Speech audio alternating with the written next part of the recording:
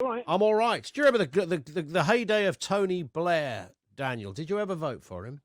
I never. I can hold my head up and say I never voted for Tony Blair ever.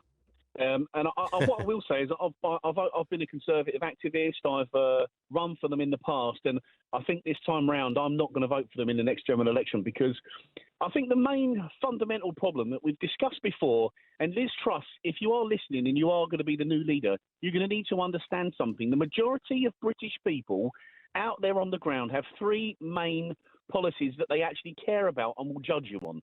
The first one's the economy. The second one is law and order, and the third one is immigration. Now, currently, the latter two are in tatters. We've been telling politicians that we need those three issues sorted, we need them addressed, and all we've heard for nearly 2 years is COVID-19 and green issues, right? Something needs to be done. Boris has to go, Ian. He's got to go. I think we need to reconfigure and change the complete civil service in this country.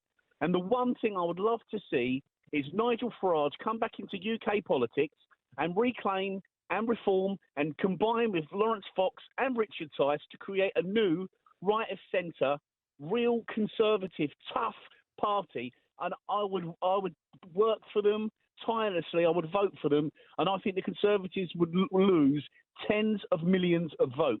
People like me, I'm not going to go out there and vote for Keir Starmer. I'm not going to vote for Labour. The majority of people aren't going to go back to Labour because they're a shambles. They're a worse. But Dan, if you did what you're saying, and I hear what you're saying, then you would let Labour into the door of number 10. You know that.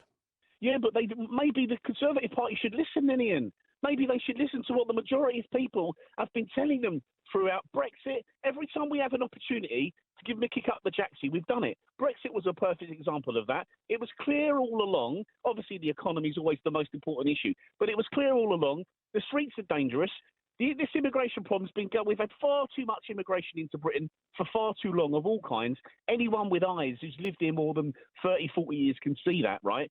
The streets are packed. I used to get in the car with my dad Saturday mornings, go out for a drive. There was no one on the road Saturday and Sunday. Now, but does it? No, I get it. But does that, strange as it might sound, you and I talking about this and being in quite a lot of areas of agreement here, Daniel, does this point sell outside of people like yourself? I mean, there's obviously others who think like you, but are there enough people that think like you? Yeah, if you look at Great Britain as a whole, right, and you look at where the bulk of the votes are, they're in England. The bulk of those votes are right of centre. So why Boris is playing to the centre and talking about green issues all the time, I do not know. I don't know who's writing his script, and I don't know why he's saying the things he's saying. They're certainly not conservative, and he's going to get a massive dent, and he deserves everything he gets. And all of his cabinet do too, because the problems in this country are clear and obvious and have been for years, and they refuse to change laws and they refuse to act. They've always been the same for the past 30 years. We'll talk tough and do nothing about it. Well, those days are over, and I'm telling you, we're going to fight back now, Ian, and I'm going to run for the Reform Party. I think those smaller traditional parties, Reform, Reclaim, they should bring Nigel back, and there'd be a massive surge and kick this current government right in the backside. Even if that meant for a term that you had to have Keir Starmer? Well, then they should learn their lesson, shouldn't they? So would you be willing to have Keir Starmer for 4 years? I'd hate every moment of it, because he'd probably leave the borders open intentionally. He probably wouldn't get a grip of law and order either.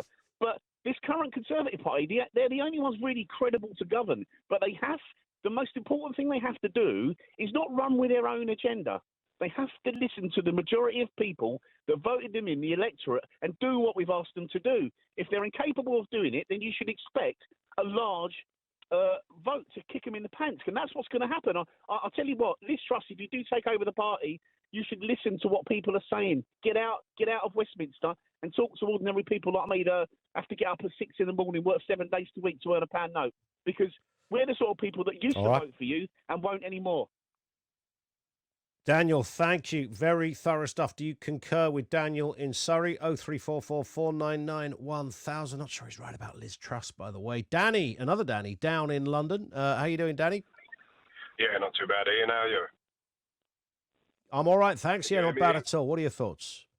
Yeah, loud and clear.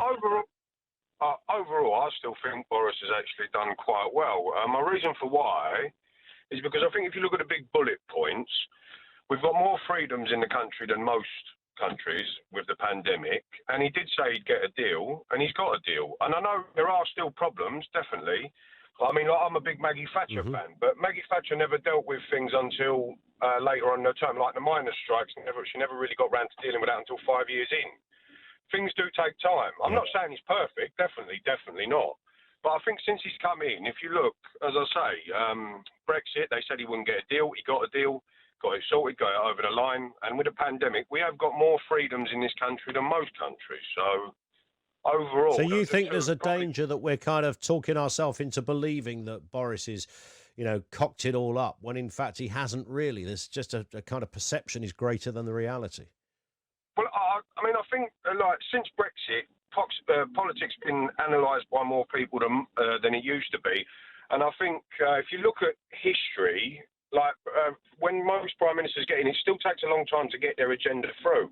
Even within 5 years, most politicians or prime ministers won't get those agendas through. As I said, I mean, I'm a massive Maggie Thatcher fan, but she never dealt with certain problems until quite later. And in fact, 2 years into her first term, she weren't going that strong. So I think overall, within the time he's had, considering the problems he's had, I think he's done very well. Like I said, I'm not saying he's perfect, but I'm saying that within the couple of years he's had, it's. I think overall, it's only quite well. Yeah, do you know what, Dan? I'm kind of with you on that. Thank you for that.